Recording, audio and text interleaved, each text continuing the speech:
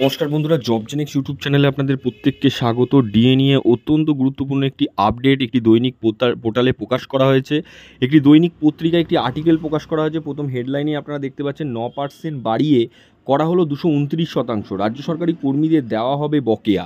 এই হেডলাইনেই কিন্তু একটি আপডেট উঠে এসেছে, প্রতিটা রাজ্য সরকারি কর্মীর জন্য খুবই গুরুত্বপূর্ণ।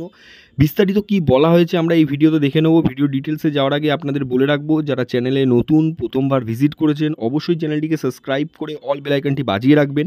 ভিডিওটি লাইক করে অনেক অনেক শেয়ার করে দেবেন জনস্বার্থে, যাতে সকলের কাছে এই ভিডিওটি পৌঁছে যেতে পারে। তো চলুন দেখে নিই বিস্তারিত কি বলা হচ্ছে। বকেয়া মেটানোর জন্য যে লড়াই সংগ্রামী যৌথ মঞ্চ শুরু করেছে তা প্রায় 500 দিন পার, অথচ রাজ্য সরকারের কানে কিন্তু কোনো কিছুই ঢোকেনি। এ লড়াই চলছে বহুদিন ধরে। সুপ্রিম কোর্টে পর্যন্ত গড়িয়েছে ডিএ মামলা।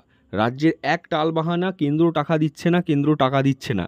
এর মধ্যেই লোকসভা ভোট মিটতেই কেন্দ্র সরকার প্রায় 10,000 কোটি টাকা রাজ্য সরকারকে দিয়েছে বিভিন্ন খাতে খরচা করার জন্য। এক্ষেত্রে বিভিন্ন খাতে খরচা করার পরও রাজ্য সরকারের কাছে প্রায় অনেক টাকা থাকবে। সেই জন্য মাননীয় মুখ্যমন্ত্রী অর্থমন্ত্রীর সঙ্গে তড়িঘড়ি একটি মিটিং সেরেছেন নবান্নে। সূত্র মারফত খবর, এই মিটিংয়ে আলোচনা করা হয়েছে ডিএ কতটা মেটানো যেতে পারে এবং যাবতীয় জিনিস। রাজ্য সরকারি কর্মীদের একাংশকে খুশি করার জন্য এই পদক্ষেপ। অনেকে মনে করছেন মুখ্যমন্ত্রী ভয় পেয়েছেন, সেই জন্য খুব শীঘ্রই কিন্তু ডিএ ঘোষণা করতে পারে। এর মধ্যেই বিভিন্ন দপ্তরগুলিতে কিছু কিছু সংখ্যক ডিএ বৃদ্ধি করেছেন এবং পেনশনারদের পেনশন বৃদ্ধির কথাও তিনি চিন্তা করেছেন। অবশেষে জানা যাচ্ছে 4 থেকে 5% ডিএ চলতি মাসের পরের মাসেই কিন্তু ঘোষণা হতে পারে, এমনটাই ইঙ্গিত। অর্থাৎ যেখানে কেন্দ্র সরকারের ডিএ পৌঁছালো 54%, সেক্ষেত্রে রাজ্য সরকারের ডিএ কিন্তু 18 থেকে 19% হতে চলেছে। অর্থাৎ রাজ্য সরকার পুনরায় কিছুটা বকেয়া মুকুব করবে, এমনটাই আশাবাদী রাজ্য সরকারি কর্মীরা। সেক্ষেত্রে তড়িঘড়ি মিটিং সেরেছেন অর্থমন্ত্রীর সাথে মুখ্যমন্ত্রী এবং ডিএ বাবদ অন্যান্য খরচের দিকে তিনি চিন্তা করেছেন এবং রাজ্য সরকারি কর্মীদের যারা আন্দোলনরত তাদের কিভাবে খুশি করা যায় এবং রাজ্য সরকারি কর্মীদের কিভাবে পক্ষে নেওয়া যায়, সেক্ষেত্রে তিনি আলোচনা করেছেন অর্থমন্ত্রীর সঙ্গে।